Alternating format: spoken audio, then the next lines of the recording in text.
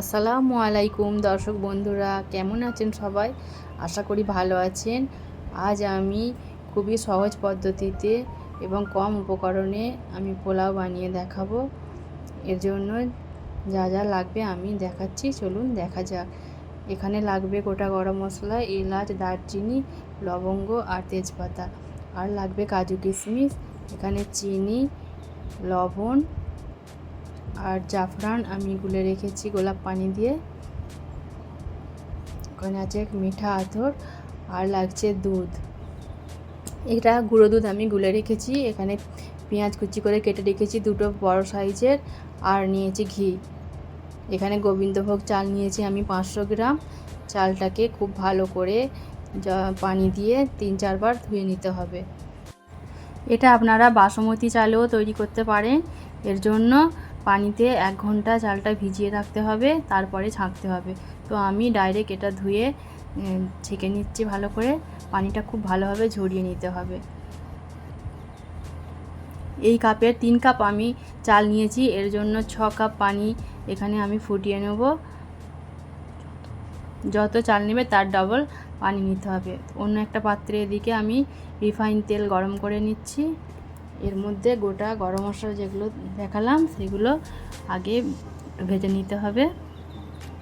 গরম মশলাটা একটু গরম হয়ে গেলে এর মধ্যে দিয়ে দেব পেঁয়াজ কুচি।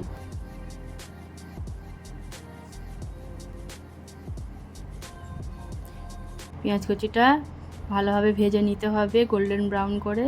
দেখুন আমার ভাজা হয়ে গেছে। এবার এটাকে আমি একটা অন্য পাত্রে তুলে নেব।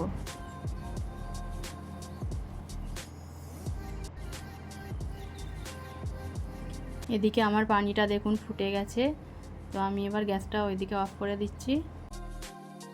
আর এদিকে ওই গরম তেলটার মধ্যে আমি দেখুন পানিটা পুরো ঝরে গেছে। এই চালটা ভালো করে ভেজে নেব কিছুক্ষণ।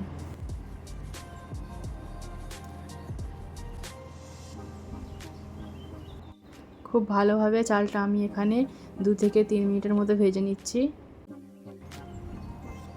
এবার এর মধ্যে গরম পানিটা দিয়ে দেব।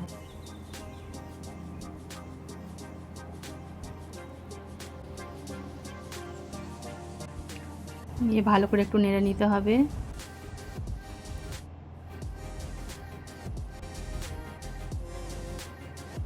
এখানে গ্যাসের ফ্লেমটা হাইটেই থাকবে।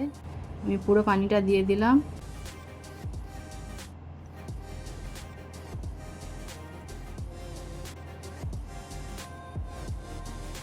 এর মধ্যে আমি পরিমাণ মতন লবণ দিয়ে দিচ্ছি।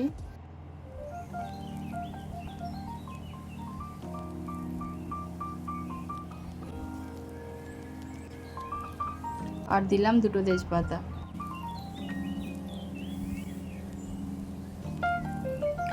এবার ভালোভাবে একটু নাড়াচাড়া করে আমি ঢেকে দিলাম। এদিকে যে পেঁয়াজ বেরেস্তাটা আমি তুলে রেখেছিলাম ওর মধ্যে চিনি মাখিয়ে, যে চিনিটা আমি নিয়েছিলাম অর্ধেকটা চিনি মাখিয়ে নিলাম। এদিকে আমার চালটা মাঝে মাঝে একবার করে নেড়ে দিতে হবে, নাহলে কিন্তু এটা তলায় বসে যেতে পারে। এর মধ্যে আমি কাজু কিশমিশ দিয়ে দিলাম।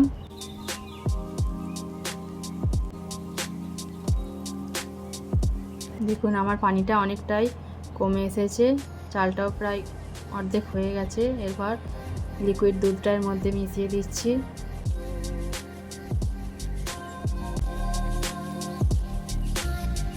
আমি এবার এতে দিয়ে দিলাম একটু চিনি। যে চিনিটা আমি অর্ধেকটা চিনি রেখে দিয়েছিলাম সেই চিনিটা এখন দিয়ে দিলাম। এবার দিলাম ঘি,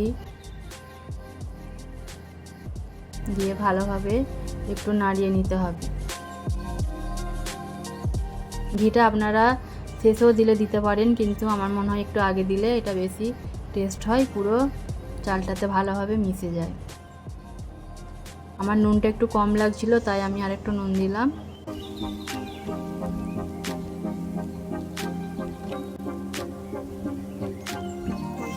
দেখুন আমার চালটা সেদ্ধ হয়ে গেছে, ভিতরে সামান্য একটু শক্ত ভাব থাকবে এই টাইমে, কিন্তু বুঝে নিতে হবে হয়ে গেছে।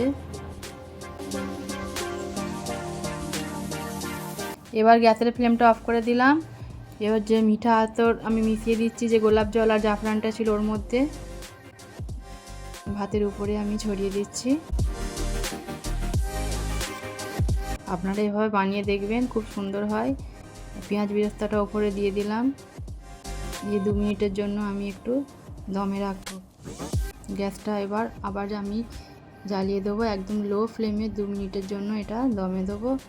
আর যে আমার ছিদ্রটা আছে ওটা আমি একটা কাগজ দিয়ে বন্ধ করে দিলাম। 2 মিনিট পর আমি দেখাচ্ছি, দেখুন আমার ভাতটা একদম পারফেক্টভাবে রেডি হয়ে গেছে। এভাবে আপনারা বানিয়ে দেখবেন, খুব সুন্দর হয়, খেতে খুব ভালো লাগে। এখন আমি পোলাওটা একটা প্লেটে সার্ভ করছি। আর যদি ভিডিওটা ভালো লাগে তাহলে একটা লাইক করবেন, আর বন্ধুদের সঙ্গে বেশি বেশি করে শেয়ার করবেন। আমার চ্যানেলটি সাবস্ক্রাইব করে রাখবেন। পরবর্তী ভিডিওটি কোন টপিকের উপর দেখতে চান সেটা আমাকে আপনারা কমেন্ট করে জানাতে পারেন। আর এর সঙ্গে আমি বানিয়েছি মুরগির মাংস কষা আর আলু ভাজা, এর সঙ্গে খেতে খুবই মজা লাগে। আপনারা প্লিজ অবশ্যই এটা বানিয়ে দেখবেন। আল্লাহ হাফেজ।